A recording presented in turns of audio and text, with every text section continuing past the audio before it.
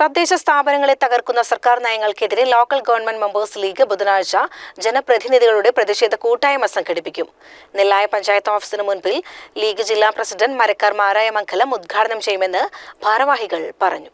5 മാസത്തോളമായി മുടങ്ങിക്കിടക്കുന്ന പെൻഷൻ കുടിശ്ശിക വിതരണം ചെയ്യുക, 6 മാസക്കാലമായി ഒഴിഞ്ഞുകിടക്കുന്ന എഇ തസ്തിക നികത്തുക, തടഞ്ഞുവച്ച പെൻഷൻ തുക വിതരണം ചെയ്യുക തുടങ്ങിയ ആവശ്യങ്ങൾ ഉന്നയിച്ച് ലോക്കൽ ഗവൺമെന്റ് മെമ്പേഴ്സ് ലീഗ് നടത്തുന്ന സെക്രട്ടേറിയറ്റ് മാർച്ചിന്റെ മുന്നോടിയായാണ് എല്ലാ തദ്ദേശ സ്ഥാപനങ്ങൾക്ക് മുൻപിലും ലീഗ് ജനപ്രതിനിധികളുടെ സമരം നടക്കുന്നത്.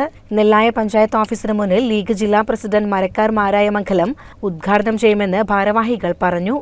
നിലവിലുള്ള പദ്ധതികൾക്ക് പോലും ഫണ്ട് ലഭ്യമാകാത്ത ഒരവസ്ഥ നിലവിൽ വ്യാപകമായി നിൽക്കുകയാണ്.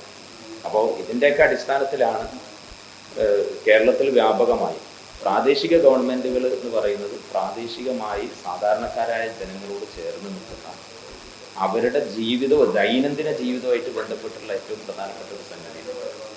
അപ്പം അതിലൊരു പ്രാദേശിക ഗവൺമെൻറ്റുകളുടെ അധികാരം തകർക്കുന്നത്, അതല്ലെങ്കിൽ പ്രാദേശിക ഗവൺമെൻറ്റുകൾക്ക് കാര്യക്ഷമമായി ജനകീയ പ്രശ്നങ്ങളിൽ ഇടപെടാൻ ഫണ്ടില്ലാതെ വരുന്നത്, അതുമായിട്ട് മുന്നോട്ട് പോകാൻ കഴിയാതെ വരുന്നത് സ്വാഭാവികമായിട്ടും നിലവിലുള്ള ജനകീയ അധികാരം എന്ന് പറയുന്ന, അതല്ലെങ്കിൽ ജനാധിപത്യത്തിൻ്റെ ഒരു സാർവത്രികമായ അധികാരം എന്ന് പറയുന്ന ഒരു സംഗതിയെ തന്നെ തകർക്കുന്നതാണ് എന്നതുകൊണ്ടാണ് വളരെ ഗൗരവത്തോടുകൂടെ മുസ്ലിം ലീഗ് പാർട്ടി ഇതിനെ നോക്കിക്കാണുകയും അങ്ങനെ ഒരു പ്രക്ഷോഭത്തിലേക്ക് നീങ്ങുകയും ചെയ്യും.